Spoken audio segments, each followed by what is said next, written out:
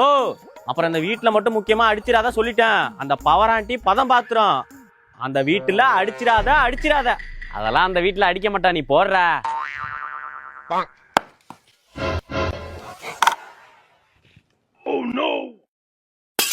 ஐயோ நான் வீட்டுக்கு போறேன்.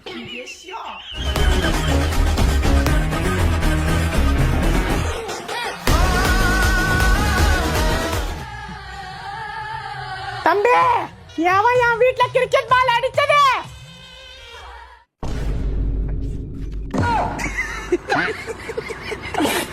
தம்பி, இந்த பால் யார் அடிச்சது?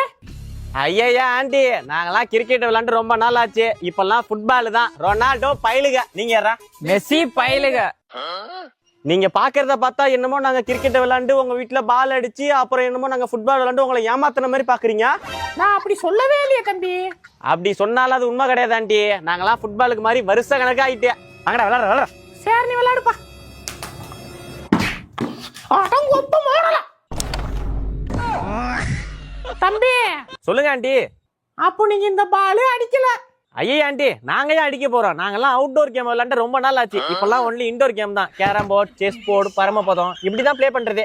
அடங்கொப்ப மோகன கிழிச்சு